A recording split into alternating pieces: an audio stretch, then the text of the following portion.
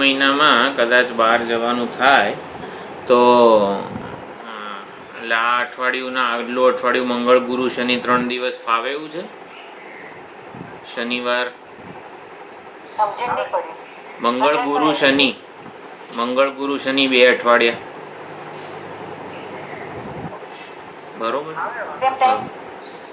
એટલે 10:30 કેટલે રાખ્યો હતો કે સ્વામીજી ના ક્લાસ હોય ને એટલે પછી હું પહોંચી શકું અહીંયા. એટલે 10 વાગ્યાનો રાખવો હોય તોય ચાલે. 10:30. ઓકે. હા હા. તો આગલો જે 7મો અને 8મો મંત્ર હતો અંતર્મુક્તાની આખી યાત્રા યમરાજાએ ઉપદેશી. એક સાથે જ સમગ્ર દેહાદી જે સંઘાત જે છે ઉપાધિ એનાથી હું વિલક્ષણ છું એ સરળતાથી કદાચ સમજી ન શકાય. એટલા માટે અહીંયા આખું પરંપરા એક પછી એક સ્થૂળતાથી સૂક્ષ્મતા, એનાથી વધારે સૂક્ષ્મ, એનાથી વધારે આંતર એવી યાત્રા અહીં 7મા અને 8મા મંત્રમાં એનો ઉપદેશ થયો.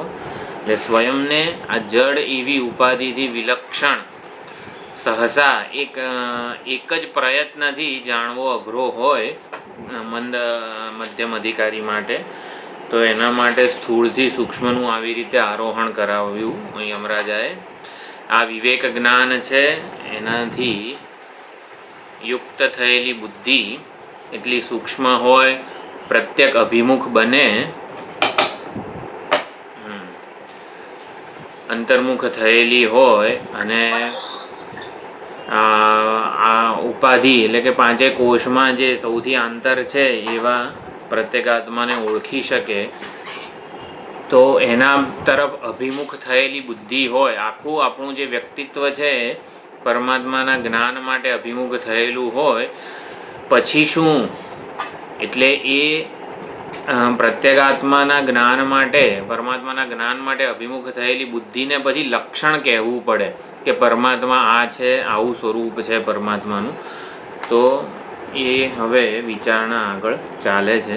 તો 9મો મંત્ર છે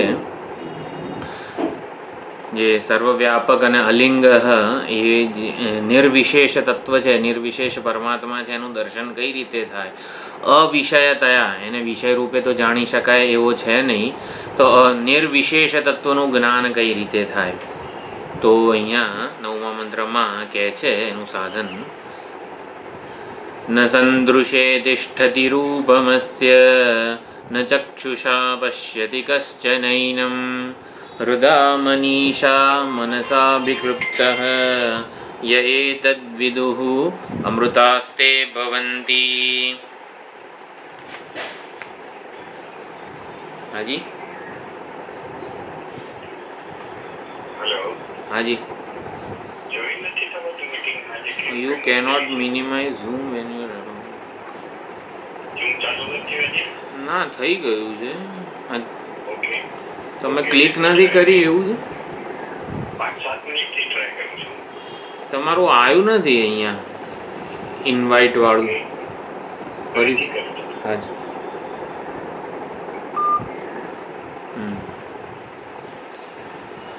હા, તો નિર્વિશેષ તત્વનું જ્ઞાન કઈ, નિર્વિશેષ તત્વની ઓળખ માટે આપણે કયા પ્રકારનું તૈયારી જોઈએ એક સાધકના મનમાં?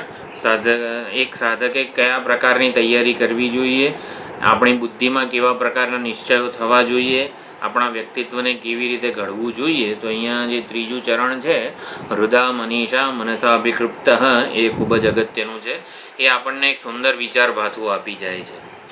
એની આગળ કહે છે, જેમ કે મુંડક ઉપનિષદમાં પણ આવો જ જાણે કે મંત્ર હતો, ન ચક્ષુષા ગૃહ્યતે નાપી વાચા નાન્યૈ દેવૈ તપસા કર્મણા વા જ્ઞાન પ્રસાદેન વિશુદ્ધ સત્વ તતસ્તુ તમ પશ્યતે નિષ્કલમ ધ્યાયમાનઃ. આ મંત્ર ઘણી બધી વખત કોટ થતો હોય છે અને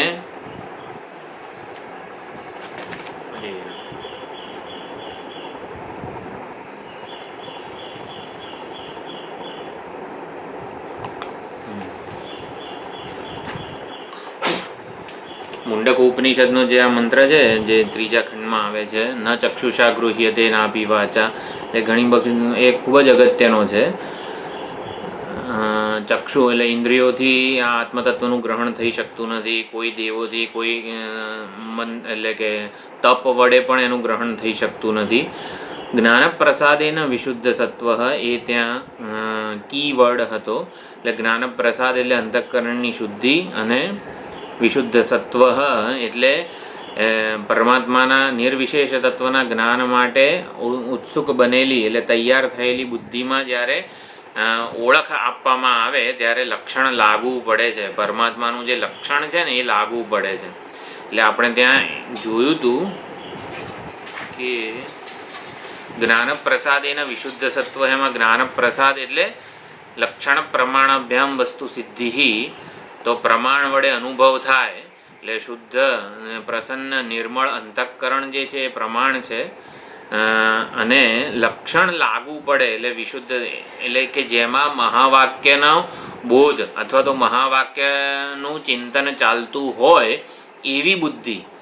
ખાલી શુદ્ધ અંતઃકરણ પર્યાપ્ત નથી, પણ શુદ્ધ અંતઃકરણને અપાયેલો તત્વમસી મહાવાક્યનો ઉપદેશ કામ કરે છે. એટલે જ્ઞાનપ્રસાદેના વિશુદ્ધ સત્વ, એમાં જ્ઞાનપ્રસાદ પ્રમાણ છે, વિશુદ્ધ સત્વ લક્ષણ છે. લક્ષણ પ્રમાણાભ્યામ વસ્તુ સિદ્ધિ, તો લક્ષણ અને પ્રમાણ વડે વસ્તુ સિદ્ધિ થાય, પ્રમાણ વડે અનુભવ થાય, લક્ષણ વડે ઓળખાણ થાય. તો લક્ષણ લાગુ પડવું જોઈએ. તો એવી જ રીતની અહીંયા હૃદા મનીષા મનસાભિકૃપ્ત, એવું જ અહીંયા વિચારભાથું આપણને મળે છે. તો પહેલાં તો આ પ્રત્યેગાત્મ દર્શન કેમ નથી થતું, એને વિષય રૂપે કેમ જાણી શકાતો નથી, એના માટે કહે છે મંત્રમાં, ન સંદૃશે તિષ્ઠતિ રૂપમસ્ય. આ પ્રત્યેગાત્મા જે નિર્વિશેષ તત્વ છે, અથવા તો આગળ જે આંતરત્વની સૂક્ષ્મતાની, પ્રત્યકતાની, પૂર્ણતાની, વ્યાપકતાની પરાકાષ્ઠા છે. અવ્યક્તાતુ પરઃ પુરુષ વ્યાપક અલિંગ, એવું જે આગલા મંત્રમાં કીધું, એની જે આ પરાકાષ્ઠા છે સૂક્ષ્મતાની, વ્યાપકતાની, એ દૃષ્ટિ સમક્ષ સંદૃશે ન તિષ્ઠતી. આપણી દૃષ્ટિ સમક્ષ વિષય રૂપે એનું ગ્રહણ થઈ શકતું નથી. ઇન્દ્રિયો એનું વિષય રૂપે, ઇન્દ્રિયો પોતાના જ્ઞાનના વિષય રૂપે એનું ગ્રહણ કરી શકતી નથી.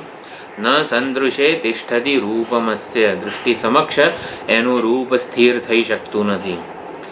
ન ચક્ષુષા પશ્યતિ કશ્ચન એનમ આત્માનમ, એનમ પ્રત્યેગાત્માનમ કશ્ચન ચક્ષુષા ન પશ્યતિ. ચક્ષુ વડે એટલે કે અહીંયા બધી જ ઇન્દ્રિયો સમજી લેવાની, જ્ઞાનેન્દ્રિયો, કોઈ જ્ઞાનેન્દ્રિયોથી એનું ગ્રહણ પણ થઈ શકતું નથી. હૃદા મનીષા મનસાભિકૃપ્ત, હૃદા એટલે હૃદયસ્થ બુદ્ધિ વડે, જે બુદ્ધિ પોતાના હૃદય સ્થાનમાં, પોતાના હૃદય એટલે મૂળભૂત સ્થાન, જેમાં એટલે હૃદય એટલે અહીંયા આત્મા જ શબ્દ છે, અરે આત્મા જ અર્થ છે હૃદયનો. તો હૃદયસ્થ એવી બુદ્ધિ વડે, મનીષા એટલે એવી બુદ્ધિ કે જે મનનું શાસન કરનારી હોય, મનનું નિયંત્રણ નિયમન કરનારી હોય એવી બુદ્ધિ વડે, મનસાભિકૃપ્ત, મનસા એટલે અહીંયા સમ્યક દર્શન અથવા તો મનન, કે જેને તત્વમસી મહાવાક્ય વગેરે તત્વમ પદનું શોધન કરી રહ્યો છે એવી વિચારણાવાળી બુદ્ધિ વડે હૃદા મનીષા મનસા અભિકૃપ્ત, અભિકૃપ્ત એટલે અભિજ્ઞાત, કે જે આવી રીતે પ્રગટ થયો છે. અભિજ્ઞાત એવો અર્થ કરેલો છે. એ આવી બુદ્ધિ વડે એને એનું એ જેવો છે ને એવો એને જોઈ શકાય છે, અથવા તો આવી બુદ્ધિમાં એ પરમાત્મા તત્વ સ્વયં પ્રગટ થાય છે. સ્વયં પ્રકાશ પરમાત્મા જે છે પ્રત્યેગાત્મ તત્વ આવી બુદ્ધિમાં પ્રગટ થાય છે. ય એતદ વિદુહુ, એને જે જાણી લે છે, એ અમૃતાહા તે ભવંતી, એ અમૃત થઈ જાય છે. આ પ્રમાણે ભાષાંતર છે. પરમાત્મા એટલે પ્રત્યેગાત્મ તત્વ જે છે નિર્વિશેષ તત્વ છે, નિર્વિશેષ, નિરુપાધિક છે, નિર્ગુણ છે. એનું કોઈ પરિચ્છિન્ન સાધન વડે ગ્રહણ થઈ શકે નહીં. નિર્વિશેષ તત્વનું ગ્રહણ કરવું હોય, જેમાં કોઈ રૂપ નથી, કોઈ વિશેષતા નથી, જાતિ ક્રિયા ગુણ સંબંધ રૂઢિ વગેરે કોઈનો ત્યાં પ્રવેશ નથી, જે મન અને જે વાણીનો વિષય નથી, મન વડે તેનું મનન થઈ શકે નહીં, એનું જ્ઞાન આપણને થાય. એટલે એક તો આપણને ખબર છે વેદાંતના શ્રવણથી કે નિર્વિશેષ તત્વનું જ્ઞાન હું સ્વરૂપે જ થાય, જાણનારા સ્વરૂપે થાય. એ કોઈ જ્ઞેય વિષય રૂપે આપણને આપણે એને જાણી શકીએ નહીં. એટલે હકીકતમાં નિર્વિશેષ તત્વનું જ્ઞાન કેવું છે તો કે બુદ્ધિ વડે એ જાણી ન શકાય. બુદ્ધિ વડે જાણી ન શકીએ એટલે શું કે બુદ્ધિ એ પરિચ્છિન્ન વેશ, બુદ્ધિરૂપી પરિચ્છિન્ન વેશ એટલે બુદ્ધિ જ્ઞાતાનો વેશ ધારણ કરીને એને જ્ઞેય રૂપે ન જાણી શકે. જ્યારે પણ આવું આવે કે બુદ્ધિ મન વાણીથી પર છે ને વગેરે, એટલે જ્ઞાતૃત્વના અભિમાનપૂર્વક એને જ્ઞેય રૂપે જાણી શકાતો નથી એવું કહેવાની વિવક્ષા છે. બુદ્ધિ વડે જાણી શકાતો નથી, બુદ્ધિ વડે એનું ગ્રહણ થઈ શકતું નથી.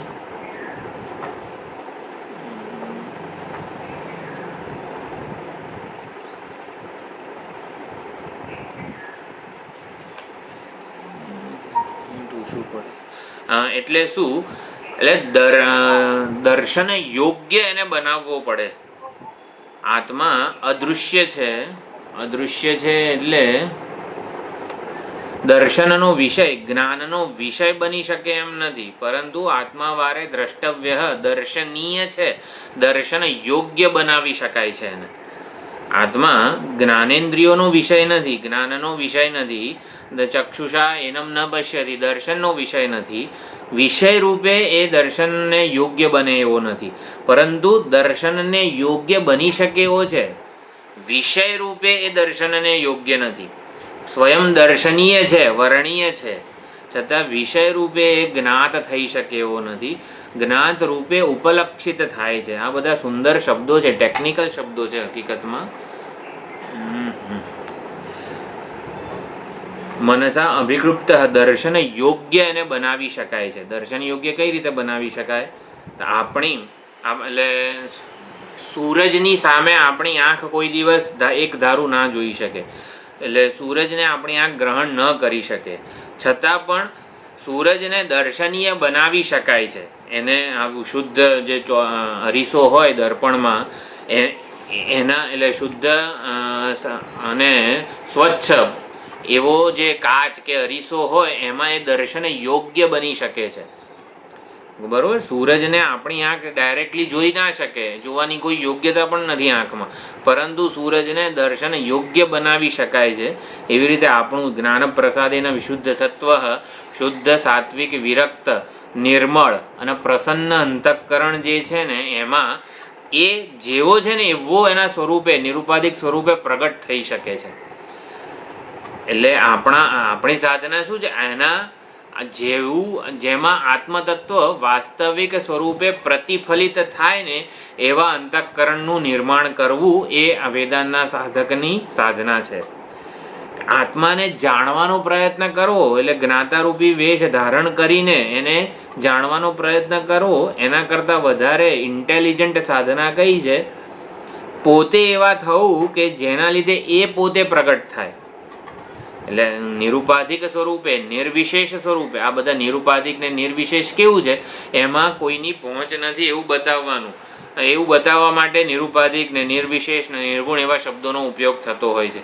પરંતુ આ જે કહેવામાં આવે છે નિર્ગુણ ને નિર્વિશેષ ને નિરુપાધિક, એ તો હુંનું સાચું સ્વરૂપ છે. તો હુંનું સાચું સ્વરૂપ કોની પાછળ ઢંકાયેલું છે? અધ્યારોપની પાછળ ઢંકાયેલું છે. અધિષ્ઠાન કોની પાછળ ઢંકાયેલું છે? અધ્યારોપની પાછળ ઢંકાઈ ગયેલું છે. એટલે જ્ઞાતૃત્વના વેશ પાછળ અભિનેતાનું મૂળ સ્વરૂપ ઢંકાયેલું છે. એને જ્ઞેય વિષય રૂપે જાણવાના પ્રયાસમાં એનું હુંનું સાચું સ્વરૂપ ઢંકાયેલું છે, જ્ઞાન સ્વરૂપ. એટલે આ રુદા મનીષા મનસા એનો જ એ નિર્દેશ કરે છે. પરંતુ આપણે એક સમજવાનું કે દર્શન એ અદૃશ્ય છે, એટલે કે આત્મતત્વ પ્રત્યેગાત્મતત્વ દર્શનનો વિષય બની શકે નહીં, પરંતુ દર્શન યોગ્ય એને બનાવી શકાય છે. આ એક થોડુંક સમજવા જેવું છે. દર્શન યોગ્ય અભિકૃપ્ત એટલે એને બનાવી શકાય છે. શાસ્ત્રના સંસ્કારો એટલે કે તત્ત્વપદ શોધન નું પૂરતું વિચાર ભાથું હોય એવી બુદ્ધિ હોવી જોઈએ, અને એ વિચારો પ્રમાણે નો અનુભવ પણ બુદ્ધિને હોવો જોઈએ કે હા ખરેખર જે આત્મતત્વ છે એ શરીર ઇન્દ્રિય મન બુદ્ધિ કરતાં વિલક્ષણ છે, એને ઉપાધિનો સ્પર્શ નથી, એ અસંગ છે, નિર્લેપ છે અને સર્વાત્મા છે. શાસ્ત્રનો આખો જે તાત્પર્ય નિશ્ચય છે ને કેવો છે? ક્ષેત્રજ્ઞમ ચાપી મામ વિદ્ધિ સર્વક્ષેત્રેષુ ભારત. માત્ર આ ઉપાધિ કરતાં હું વિલક્ષણ ચૈતન્ય છું એટલું જ્ઞાન પર્યાપ્ત નથી. સમગ્ર ઉપાધિ કરતાં હું વિલક્ષણ છું, પરંતુ ઉપાધિ જ્યાં સુધી મારાથી જુદી રહી જાય છે ને ત્યાં સુધી પૂર્ણ અમરતા કે અભયતા પ્રાપ્ત થતી નથી. એટલે અનન્યતા એટલે ઉપાધિ મારાથી જડ જેટલી પણ સંઘાત દેહાદી સંઘાત રૂપી ઉપાધિઓ છે એ વિવર્ત રૂપે મુજ અધિષ્ઠાનમાં જણાઈ રહી છે. આ સર્વાત્મા છે, સર્વાત્માપણું છે. અધિષ્ઠાનના જ્ઞાનમાં સર્વ કંઈ વિવર્ત રૂપે જણાઈ રહ્યું છે. આ એક અંતિમ જ્ઞાન છે. તો આવું જ્ઞાન શેમાં થાય? તો હૃદા મનીષા મનસાભિકૃપ્ત. તો હૃદા એટલે શું? તો હૃદય શબ્દનો આપણી વેદાંત જ્યારે આ બધા શ્લોકોની વિચારણા થતી હોય ત્યારે હૃદય શબ્દનો અર્થ આત્મા થાય છે.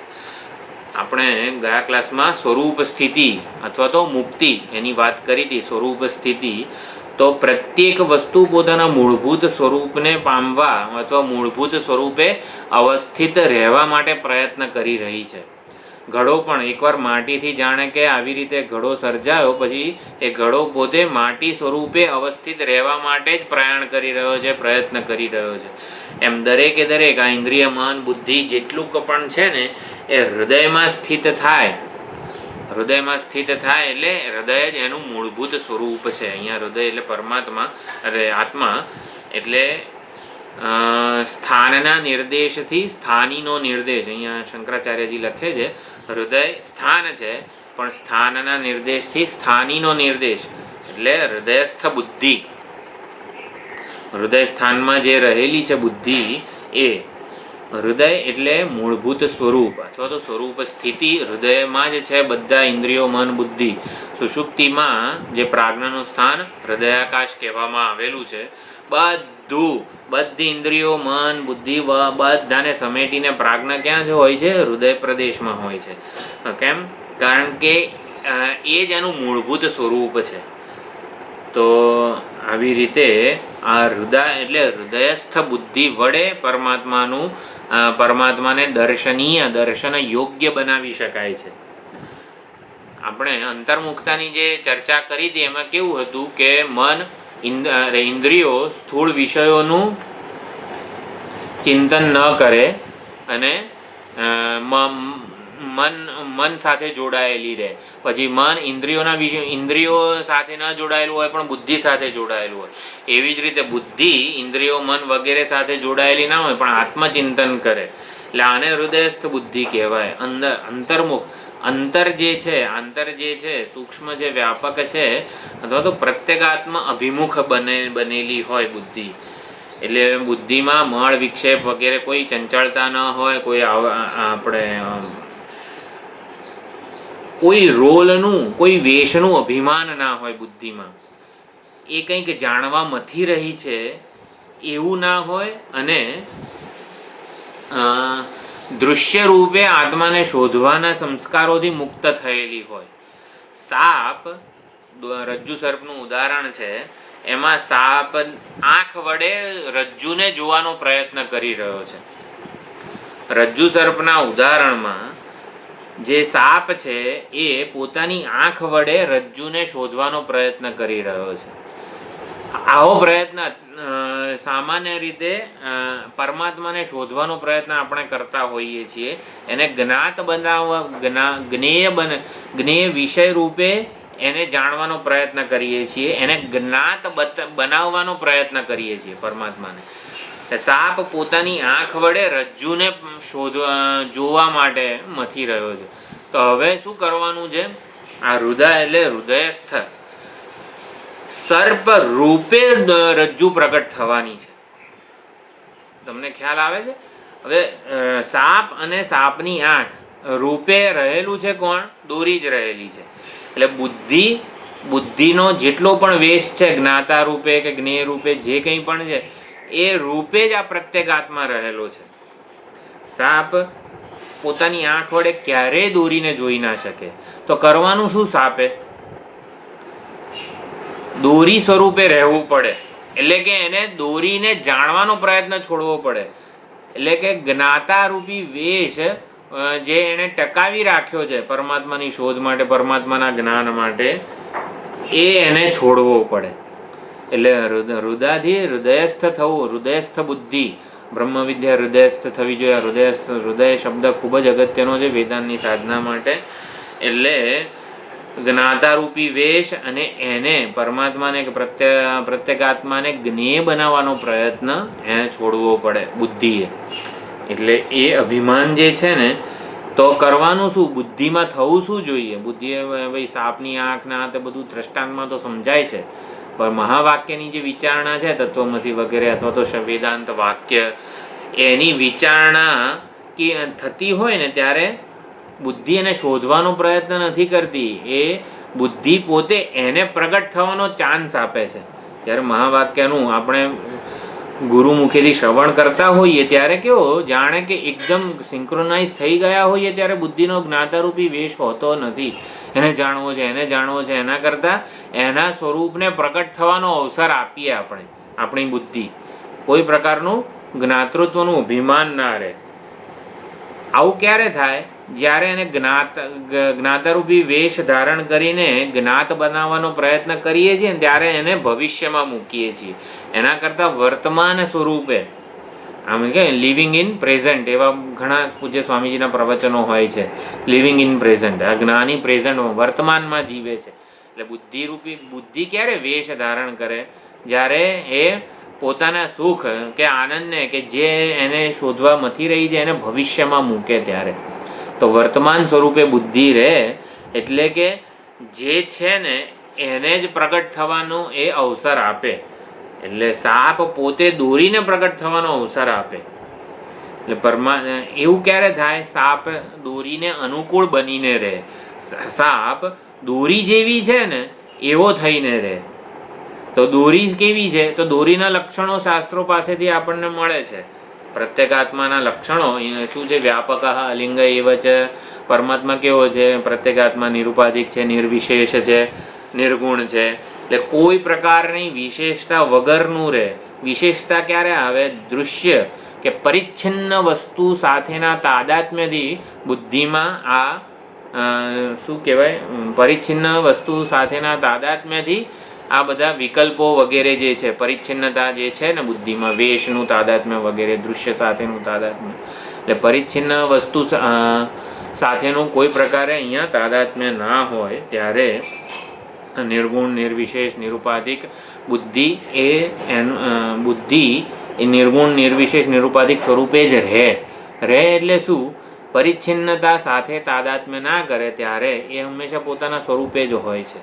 તો આ હૃદય શબ્દનો અર્થ છે. હૃદયસ્થ થવું એટલે આવી રીતે દૃશ્ય પરિચ્છિન્ન વસ્તુના તાદાત્મ્યથી મુક્ત રહેવું. જ્ઞાતાના વેશ, જ્ઞાતૃત્વના અભિમાનથી આપણી બુદ્ધિ મુક્ત હોય, એને જાણવાના પ્રયત્નથી મુક્ત હોય, એને પ્રગટ થવાનો અવસર આપે.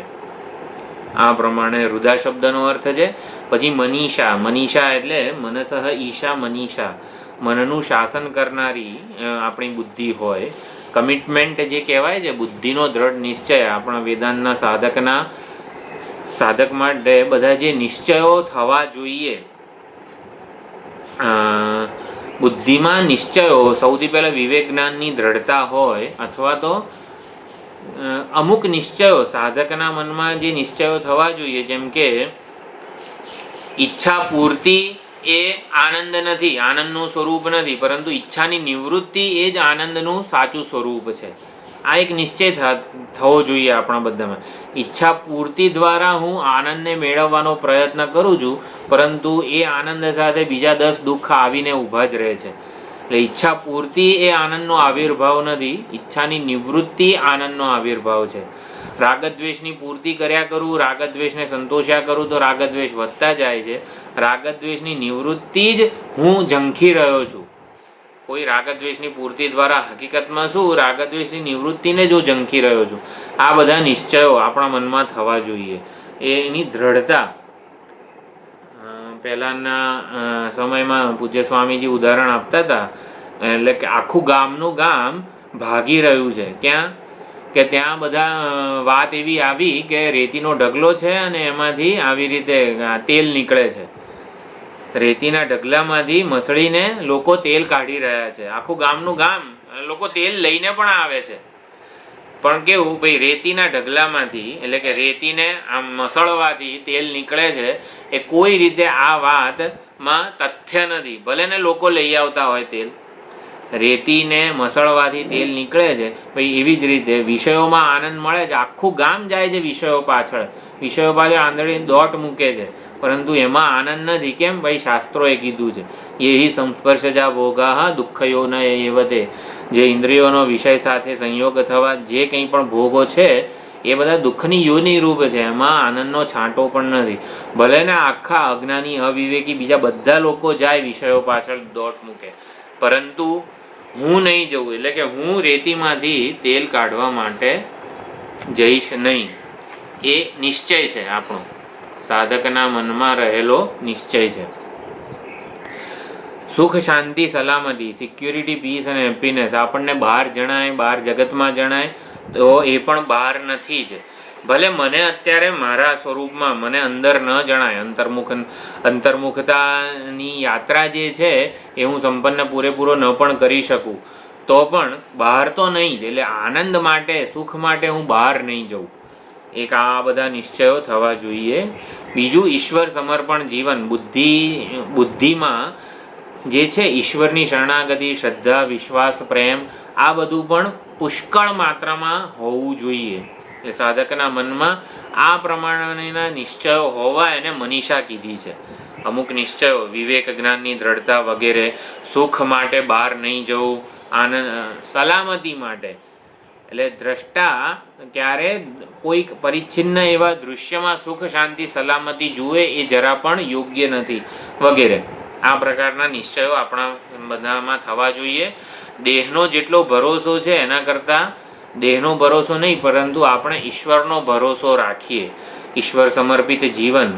અંતઃકરણને શુદ્ધ કરનારા જે આપણા પુરાણોમાં અને આપણા અત્યારના વેદાંતના શાસ્ત્રોમાં અંતઃકરણને શુદ્ધ કરવાની જેટલી બી સાધનાઓ છે ને, એમાં આ રાગદ્વેષથી મુક્તિ માટે શું છે? નિષ્કામ કર્મ વગેરે. પછી આપણે ભક્તિ વગેરે જે કહીએ છીએ કે જે ઈશ્વરના પ્રેમપૂર્વક પૂજા, આરાધના વગેરે, સેવા જે કંઈ પણ કરીએ આપણે આપણા ઘરે અને તીર્થયાત્રા વગેરે જે કંઈ પણ કરીએ એનાથી પણ અંતઃકરણ શુદ્ધ થાય. નિષ્કામ કર્મથી અંતઃકરણ શુદ્ધ થાય. બીજું, ઈશ્વર સમર્પિત જીવન, યદૃચ્છા લાભ સંતુષ્ટ, એ સૌથી વધારે અગત્યનું છે. ઈશ્વર સમર્પિત વ્યવહારમાં કરવાનું શું આ જ્ઞાનને લઈને? તો ઈશ્વર સમર્પિત જીવન જીવીએ એટલે અંતઃકરણ શુદ્ધ થાય અને વેદાંતનું જ્ઞાન કામ કરે. અને પછી મૃત્યુની વિચારણા, જે ખટ્વાંગ રાજાએ એક ક્ષણમાં મન પરમાત્મામાં સમાહિત કરી લીધું, પરીક્ષિત રાજાએ અઠવાડિયામાં, શંકરાચાર્યજીએ જ્ઞાન અને મૃત્યુને પોતાના મિત્ર બનાવીને રાખ્યા હતા.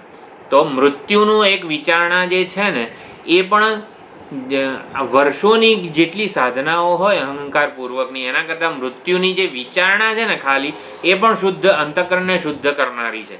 બહુ સરળતાથી, બહુ જલ્દીથી, સત્વરે મૃત્યુનો વિચાર પણ અંતઃકરણને શુદ્ધ કરનારો છે. તો આવું અંતઃકરણને જલ્દીથી શુદ્ધ કરે એટલે કે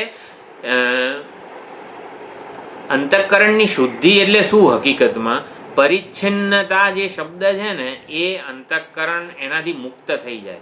પરિચ્છિન્ન દૃશ્ય સાથે, પરિચ્છિન્ન સુખ સાથે, પરિચ્છિન્ન સલામતી વગેરે, આ દેશકાળ વસ્તુ, વ્યક્તિ, વસ્તુ, પરિસ્થિતિ જે કંઈ છે, પરિચ્છિન્નતા સાથેનું તાદાત્મ્ય મુક્ત થાય એમ અંતઃકરણ શુદ્ધ થયું એવું કહેવાય. તો તો અંતઃકરણ શુદ્ધિ એટલે પરિચ્છિન્નતા સાથેનું તાદાત્મ્ય ન રહે એ અગત્યનું છે. એટલે મનીષા એટલે આ પ્રકારેના દ્રઢ નિશ્ચયો હોવા બુદ્ધિમાં. એટલે બુદ્ધિના દ્રઢ નિશ્ચયો હોય ને તો ઇન્દ્રિય, મન, આપણું સ્થૂળ શરીર બધું એને અનુસરે. આત્મ સ્વરૂપનો ભરોસો. આત્મ સ્વરૂપ કેવું છે? અસંગ છે, નિર્વિકાર છે અને સાક્ષી સ્વરૂપ છે. એ બધા અધિષ્ઠાન સ્વરૂપે છે. એના માટે કશું સુખ કે સલામતી કે એને કંઈ જ અપ્રાપ્ત નથી. એને કંઈ જાણવાનું બાકી નથી, એને કંઈ પ્રાપ્ત કરવાનું બાકી નથી, એને કંઈ બનવાનું બાકી નથી. આ આત્મ સ્વરૂપનો ભરોસો કહેવાય કે એકવાર એને જાણીશું, એના વાસ્તવિક સ્વરૂપને આપણે ઓળખી લઈશું ને તો આપણા માટે કંઈ જ્ઞાતવ્ય, પ્રાપ્તવ્ય, ગંતવ્ય કશું જ રહેવાનું નથી. માટે પરિચ્છિન્નતાને છોડીએ અને અપરિચ્છિન્નને વધારે પકડીએ, અપરિચ્છિન્નતામાં સલામતીને શોધીએ. અપરિચ્છિન્નતા જ આપણા માટે સૌથી વધારે અગત્યની વસ્તુ બની રહે. આ બધા નિશ્ચયો હોવા એને મનીષા કહેવાય છે. અને મનસા એટલે અહીંયા સમ્યક દર્શન અથવા તો યથાભૂત આત્મદર્શન એવો શંકરાચાર્યજી અર્થ કરે છે. યથાભૂત આત્મદર્શન એટલે યથાભૂત આત્મદર્શન એટલે આત્મા જેવો છે એવો એને જાણવો, ઓળખવો. તો દૃશ્યથી વિલક્ષણ છે અને અદ્વિતીય છે. ઓકે, દૃશ્યથી વિલક્ષણ હું ચૈતન્ય સ્વરૂપ છું એવી આપણને આમ ખબર પણ પડે છે. પરંતુ અદ્વિતીય એટલે શું? કોઈ પણ દૃશ્ય એનાથી જુદું નથી, અન્ય નથી. એટલે દૃશ્ય અનન્ય છે, દ્રષ્ટા અદ્વિતીય છે. આ જે છે ને એ મનસા છે, યથાભૂત આત્મદર્શન. હું નિર્વિશેષ નિરુપાધિક ચૈતન્ય સ્વરૂપ છું, અદ્વિતીય છું, અધિષ્ઠાન સ્વરૂપ છું, સત્ય અબાધિત છું બધા દૃશ્યોનું. મારામાં જ આ વિવર્ત રૂપે સમગ્ર દૃશ્ય વર્ગ પ્રતીત થઈ રહ્યો છે. દૃશ્ય ક્યારે પ્રતીત થાય? દ્રષ્ટાના વિવર્ત સ્વરૂપે જ એ પ્રતીત થાય છે. સમગ્ર દૃશ્ય આ બધું આપણે વિચાર દ્વારા તો સ્પષ્ટ કરી લઈએ એ અગત્યનું છે. હા, મનસા યથાભૂત આત્મદર્શન. આત્મા કેવો છે? ક્ષેત્રજ્ઞમ ચાપી મામ વિદ્ધિ સર્વ ક્ષેત્રેષુ ભારત. તમામ ક્ષેત્રોમાં ક્ષેત્રજ્ઞ અદ્વિતીય છે. કોઈ પણ ક્ષેત્ર કે ઉપાધિ જે છે એના કરતાં અન્ય નથી. એટલે હૃદા, મનીષા અને મનસા અભિકૃપ્ત એટલે જ્ઞાત, અભિજ્ઞાત, અભિપ્રકાશિત. આવી રીતે આત્મતત્વ અભિપ્રકાશિત. જો ભૂતકૃદંત છે, અભિકૃપ્ત, કૃપ્ત એટલે કલ્પના કરાયેલો અથવા તો આ પ્રમાણેનો એ જણાયેલો છે. હૃદા, મનીષા આ તૃતીય વિભક્તિ જે છે એટલે આવી બુદ્ધિ વડે એ જણાયેલો છે એવું પણ અહીંયા થાય છે સમાધાન. એટલે આત્મતત્વ એટલે એમ કીધું ને કે સાપ દોરીને અનુકૂળ થઈને રહે, દોરી સ્વરૂપે અવસ્થિત રહે. દોરી સ્વરૂપે અવસ્થિત રહે એટલે એને સુખ, શાંતિ, સલામતી માટે ક્યાંય બહાર કોઈ દૃશ્ય સાથે તાદાત્મ્ય કરવાની જરૂર નથી. એટલે દૃશ્ય રૂપે સુખ, શાંતિ, સલામતીને શોધવાની જરૂર નથી મને. કોઈ દૃશ્યમાં દ્રષ્ટા દૃશ્યમાં આસક્ત ન થવો જોઈએ. ત્યારે આ બુદ્ધિ જે છે હૃદા, મનીષા, મનસા અભિકૃપ્ત એવી બુદ્ધિ વડે આત્મા દર્શનીય બને છે. આત્માને દર્શનીય બનાવવાનો છે, દર્શન યોગ્ય બનાવી શકાય છે. તો દર્શન યોગ્ય કઈ રીતે બને? તો આવી બુદ્ધિ વડે હૃદા, મનીષા, મનસા અભિકૃપ્ત. અથવા તો 10મા છોકરાના ઉદાહરણમાં કેવું હોય છે?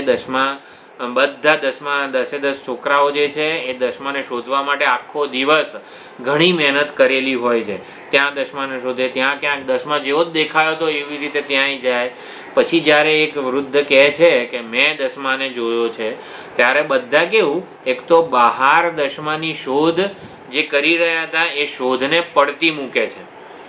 બહાર 10માની શોધને પડતી મૂકે છે અને જે વૃદ્ધ વડીલ માણસ છે એને સાંભળવા માટે આતુર થાય છે કે હા આમણે જોયો છે એ બતાવશે. એટલે એમને શ્રદ્ધા અને ભક્તિપૂર્વક એકાગ્ર થાય છે એમના વચનોમાં. એટલે બહાર 10માને શોધતો મૂકે છે. એટલે કે હવે એ બહાર એની શોધ નથી કરતા. સુખ, શાંતિ, સલામતીની શોધ બહાર પરિચ્છિન્ન દૃશ્ય રૂપે ન કરીએ અને વેદાંત અને ગુરુ વાક્યો જે પ્રમાણે કહે છે એને સાંભળવા માટે તત્પર બનીએ, ઉત્સુક બનીએ. એને ઓળખવા માટે દસમાને પ્રાપ્ત કરવાનો પ્રયત્ન છૂટી ગયો હતો. હવે શું કરતા હતા? દસમાને ઓળખવાનો પ્રયત્ન ચાલુ હતો.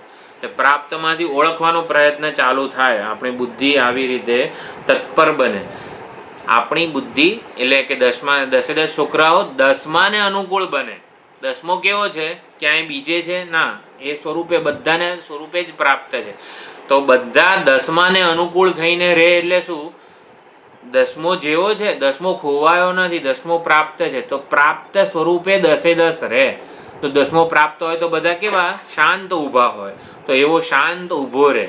આપણી બુદ્ધિ પણ દૃશ્યના સંકલ્પ વિકલ્પથી મુક્ત થયેલી હોય, દ્રષ્ટાના સ્વરૂપે અવસ્થિત થાય, આત્મ સ્વરૂપે હૃદય સ્થાનમાં એકાગ્ર થયેલી હોય કે હા, જેને હું શોધવા મથી રહી છું એ સુખ શાંતિ સલામતી તો મારા ઉપાદાન રૂપે, મારા પ્રત્યેગાત્મા એવા હૃદય સ્થાનમાં જ ઉપલબ્ધ છે મને.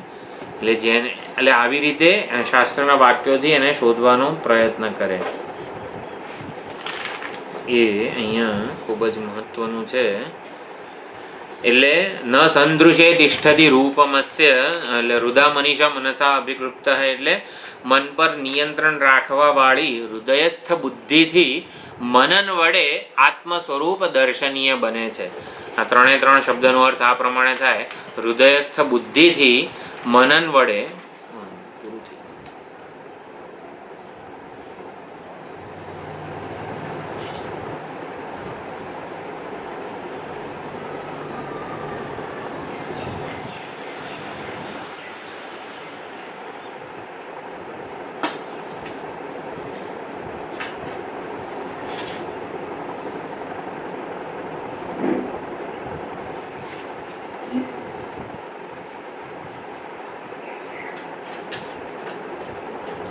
Recording in progress.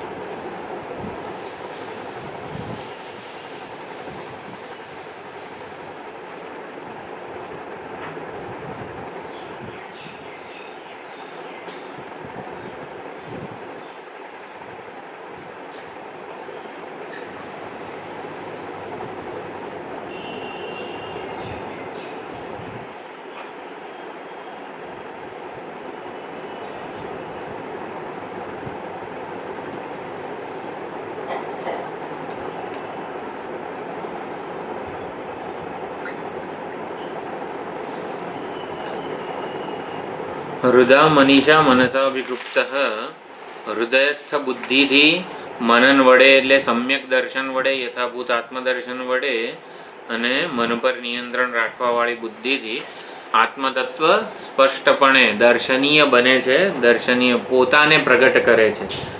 બુદ્ધિ જ્યારે આત્મ સ્વરૂપે અવસ્થિત રહે, શું છે? યદા શનૈશ્વરને 6થા અધ્યાયમાં છે ને, મન યુક્ત ઇત્યુચ્યતે તદા યદા વિનિયતમ ચિત્તમ આત્મન્યેવાવતિષ્ઠતે નિસ્પૃહ સર્વકામેભ્યઃ યુક્ત ઇત્યુચ્યતે તદા. 6થા અધ્યાયમાં યદા વિનિયતમ ચિત્તમ આત્મન્યેવાવતિષ્ઠતે નિસ્પૃહ સર્વકામેભ્યઃ. નિસ્પૃહ સર્વકામેભ્યઃ દૃશ્યના તમામ પ્રકારના વિચારોથી, સંકલ્પોથી દૃશ્ય સાથેની પરિચ્છિન્નતા એટલે કે દૃશ્ય સાથેની આસક્તિ જે છે એનો ત્યાગ કરીને, દૃશ્યની આસક્તિનો ત્યાગ કરવા માટે જ નેતિ છે. નેતિ કરે છે શું? આત્મા આ નથી, આત્મા આ નથી, આત્મા આ નથી, એ કહેવાનું પ્રયોજન નથી. આત્મા પરિચ્છિન્ન નથી. આત્મા પરિચ્છિન્ન એવું કોઈ દૃશ્ય નથી, કોઈ વિશિષ્ટ અનુભવ નથી, કોઈ વિશેષ અવસ્થિતિ નથી, મન બુદ્ધિની કોઈ દિવ્ય. એ પ્રમાણે નેતિ એટલે શું? પરિચ્છિન્નતાને છોડીએ એ નેતિનો ઉપદેશ છે.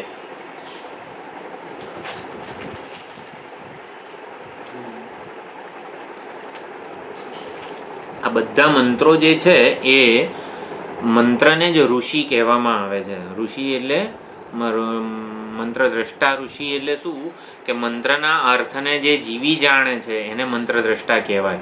મંત્રના અર્થને જે એ પ્રમાણે જીવ્યા છે. તો પ્રત્યેક મંત્ર આવી રીતે ઋષિ એટલે શું જ્ઞાન સ્વરૂપ છે. પ્રત્યેક મંત્ર જ્ઞાન સ્વરૂપ છે. આપણને સુંદર વિચારણાનું ભાથું આપે છે. આ પ્રત્યેક મંત્ર અખંડાનંદજી લખે છે આ પ્રત્યેક મંત્ર ઋષિ છે. કેમ? કારણ કે આત્મતત્વનું યથાર્થ આવું વાસ્તવિક સ્વરૂપનું આ ઉદ્ઘાટન કરી આપે છે આપણા માટે. તો વ્યાપક અલિંગ એવા પરમાત્માનું આવી રીતે જે નિર્ગુણ નિર્વિશેષ નિરુપાધિક સ્વરૂપ છે એ કઈ રીતે દર્શનીય બને છે? તો નેતિ દ્વારા, એટલે કે પરિચ્છિન્નતા સાથેના તાદાત્મ્યથી. પરિચ્છિન્નતા એટલે શું? બુદ્ધિ જ્ઞાતારૂપી વેશ ધારણ કરી રાખે તો પરિચ્છિન્નતાનું ગ્રહણ જ છે. એટલે કોઈ પણ વેશ બુદ્ધિ ધારણ કરે તો એ પરિચ્છિન્નતા જ છે. એને દશમાને પ્રાપ્ત કરવાના બધા પ્રયત્નોથી મુક્ત થવા જોઈએ. અને શાસ્ત્રો અને આચાર્યો જે કહે છે એને ઓળખવામાં હોય આપણું. એને પ્રાપ્ત કરવાના પ્રયત્નમાં નહીં, પરંતુ એને ઓળખવામાં આપણે તત્પર હોઈએ. તો એવી બુદ્ધિ વડે હૃદા મનીષા મનસા વિકૃપ્ત. અહીંયા ન સંદૃશે તિષ્ઠતિ. તો સંદૃશે જે છે એ કયું રૂપ છે? કઈ વિભક્તિ કહેવાય?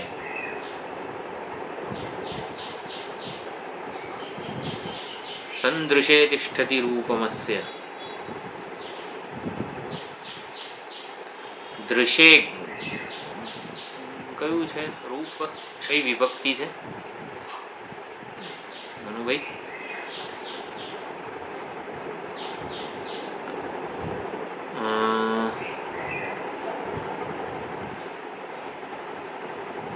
શું છે? ઉપદેશ શાસ્ત્રીનો ધ્યાન શ્લોક સ્વામીજી બોલે છે પહેલા. ચૈતન્યમ સર્વગમ શાંતમ તસ્મૈ. ચૈતન્યમ સર્વગમ શાંતમ નહીં,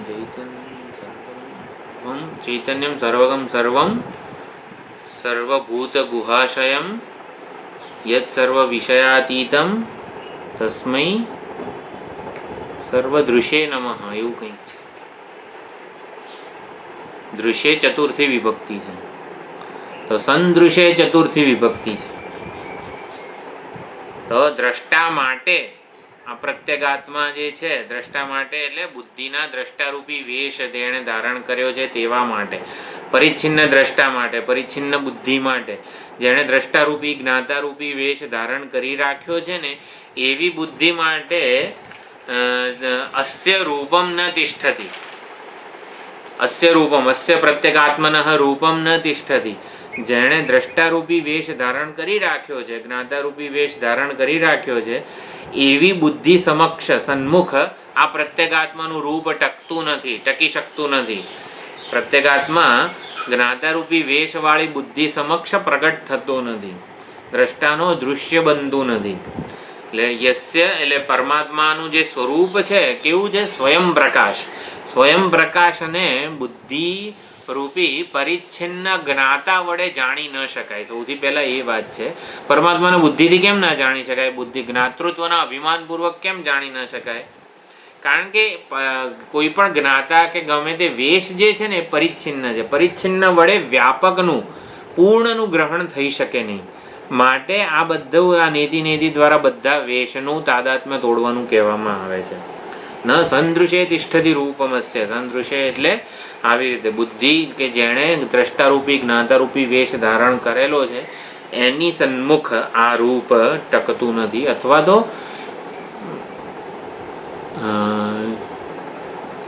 એટલે પરિચ્છિન્નતા વડે પૂર્ણતાનું ગ્રહણ થઈ શકતું નથી. એ શબ્દ એ અર્થ છે ન સંદૃશે તિષ્ઠતિ રૂપમસ્ય એ વાક્યનો.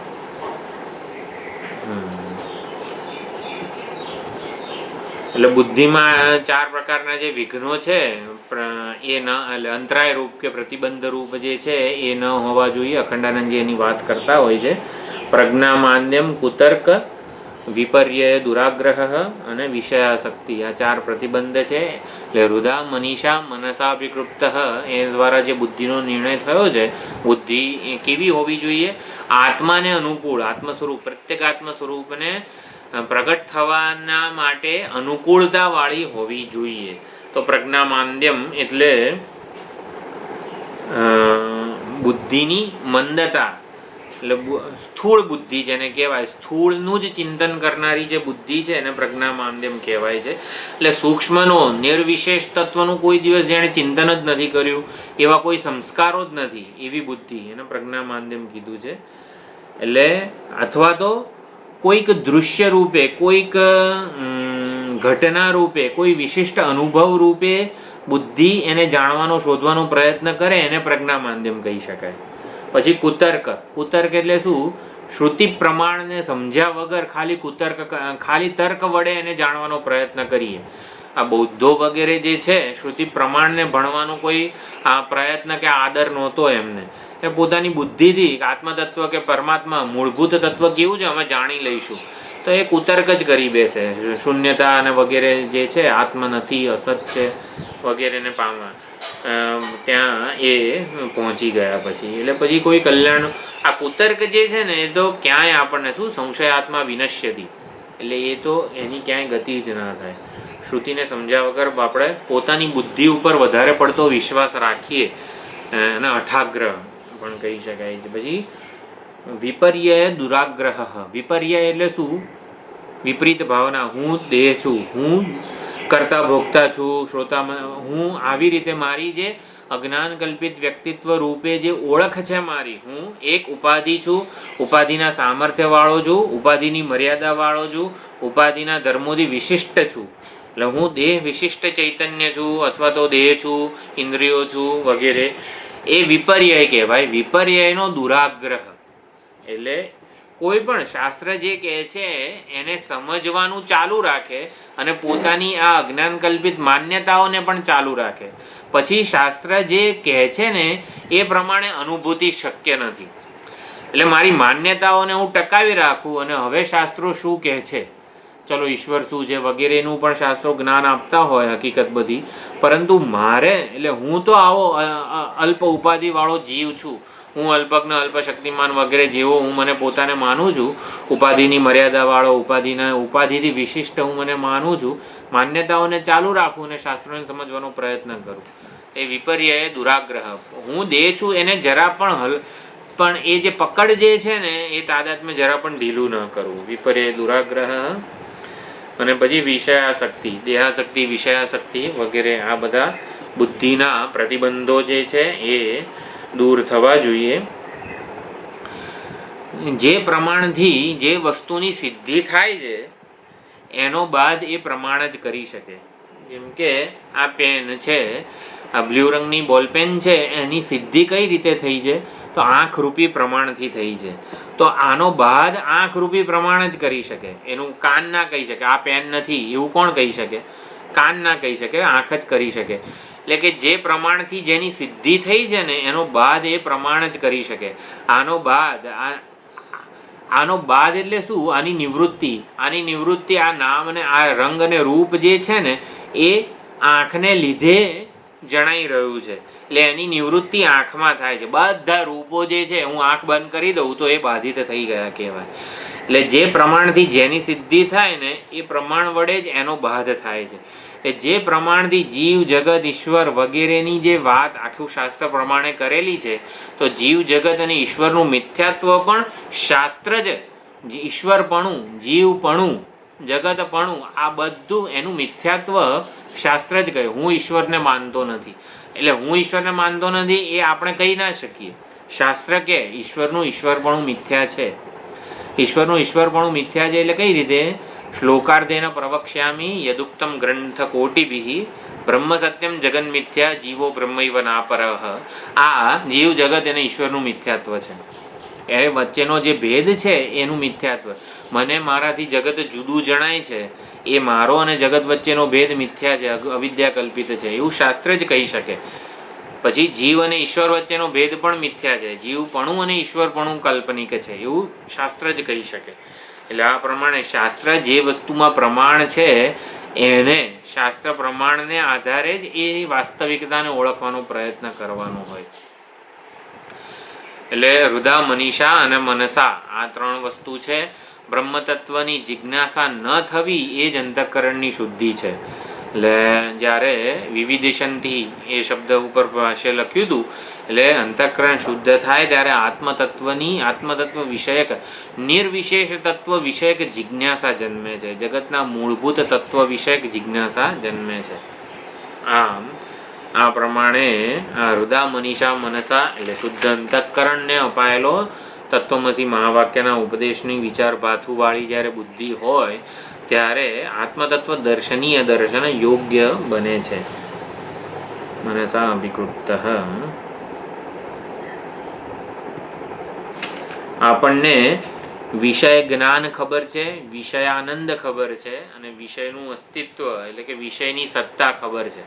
એટલે જ્ઞાન એટલે સતચિત્ત અને આનંદને જ્યારે પરિચ્છિન્ન વસ્તુ સાથેના તાદાત્મ્ય વાળું માનીએ, વિષય સત્તા ખબર છે, વિષય જ્ઞાન ખબર છે અને વિષય આનંદનો પણ અનુભવ છે, પરંતુ માત્ર સત્તા, માત્ર જ્ઞાન અને માત્ર આનંદ એનો આપણને અનુભવ નથી એવું આપણે માનીએ છીએ. હકીકતમાં અનુભવ છે પણ ઓળખ નથી. તો આ બધા મંત્રો જે છે ને એની ઓળખ આપે છે આપણને. એટલે હૃદા મનીષા મનસાભિકૃપ્ત એ આ ઓળખ છે આખી. તો આવી જ્યારે બુદ્ધિ હોય ત્યારે એ પરમાત્મા જે નિર્વિશેષ નિરુપાધિક અને આનંદ સ્વરૂપે જે છે ને એની ઓળખ થાય છે, એના અનુભવની સાચી ઓળખ પ્રાપ્ત થાય છે. એટલે હૃદા મનીષા અને મનસાભિકૃપ્ત ત્રણ શબ્દો મહત્વના. હૃદાનું તાત્પર્ય આવૃત્ત ચક્ષુ હોવું એ હૃદા થયું. મનીષા એટલે સૂક્ષ્મ તત્વનું ગ્રહણ કરવાની યોગ્યતા, નિર્વિશેષ વસ્તુનું ચિંતન કરવું છે જેની કોઈ વિશેષતા નથી, કોઈ ગુણ નથી, કોઈ પરિચ્છિન્નતા નથી, એવી વસ્તુનું મારે વિચાર કરવો છે. તો મનીષા એ ક્યારે થાય? આપણે જે શરૂઆતમાં બધા નિશ્ચયો જે કીધા ને કે ઈચ્છા પૂર્તિ નહીં પણ ઈચ્છાની નિવૃત્તિ એ જ આનંદ છે, રાગદ્વેષની પૂર્તિ નહીં, રાગદ્વેષની નિવૃત્તિને હું ઝંખી રહ્યો છું, પછી ઈશ્વરનો ભરોસો, આ બધા જે નિશ્ચયો આગળ વાત કરી વિવેકયુક્ત, એ બધી દ્રઢ નિશ્ચયો એ બધા મનીષા શબ્દથી સમજવાના. એટલે નિર્વિશેષ તત્વનું વિચાર ભાથું ધરાવનારી બુદ્ધિ. નિર્વિશેષ એટલે શું? તો નિર્વિશેષ તત્વનું સાચો જે વિચાર છે એ આ પ્રમાણે. અને પછી હૃદા મનીષા મનસાભિકૃપ્ત એટલે નિરુદ્ધ મન, નિરુદ્ધમ યોગ સેવ આત્મન્યેવ અવતિષ્ઠતે, આત્મગ્રહણ એટલે યથાભૂત આત્મદર્શન જ્યારે નિરુદ્ધ થાય એમાં મન હંમેશા પરોવાયેલું રહે. એ શમ દમ અને સમાધાનની અહીંયા વાત થઈ. તો હૃદા એટલે ઋત સ્થયા, ઋત એટલે આત્મા, તો આત્મતત્વ હૃદય એકાગ્રતામ આપન્નયા બુદ્ધ્યા, મનીષા એટલે મનસઃ વશીકર્ત્યા, મનનું નિયમન કરનારી બુદ્ધિ આત્મા, મનસાભિકૃપ્ત આવી રીતે વિચારેણ પ્રથમમ સંભાવિત, હા નિર્વિશેષ નિરુપાધિક તત્વ હું સ્વરૂપે જ છે એવું આ વિચાર વડે, પ્રમાણ પ્રમેયગત સંશય જો છે એની નિવૃત્તિ વડે, શ્રવણ મનન વગેરે જે વિચારો છે એ વિચારોની અનુકૂળતા પણ થવી જોઈએ. એટલે નિરુપાધિક તત્વને સમજવા માટે આ પ્રમાણેનું આખું સુંદર વિચારભાથું આપવામાં આવ્યું. પછી યોગની આખી સુંદર વાત છે. દુઃખ સાથેનો સંયોગ એને વિયોગ કહેવાય. અનાત્મા સાથેનો સંયોગ એનો વિયોગ થઈ જાય. અનાત્મા દૃશ્ય સાથેનું તાદાત્મ્ય જે છે એ ન રહે એને યોગ કીધો છે. હકીકતમાં તો યોગ એટલે જોડાણ, પરંતુ કોની સાથે જોડાણ? આત્મતત્વ કે નિર્વિશેષ તત્વ સાથે જોડાણ. તો એના માટે વેશ સાથેનું વિયોગ, વેશ સાથેના તાદાત્મ્યનો વિયોગ, એવી બધી સુંદર વાત યોગની આવે છે. આવતી વખતે જોઈશું ગુરુવારે. ઓમ પૂર્ણમદઃ પૂર્ણમિદં પૂર્ણાત પૂર્ણમુદચ્યતે પૂર્ણસ્ય પૂર્ણમાદાય પૂર્ણમેવાવશિષ્યતે. ઓમ શાંતિ શાંતિ શાંતિ. હરિ ઓમ શ્રી ગુરુભ્યો નમઃ. હરિ ઓમ. ગુરુવારે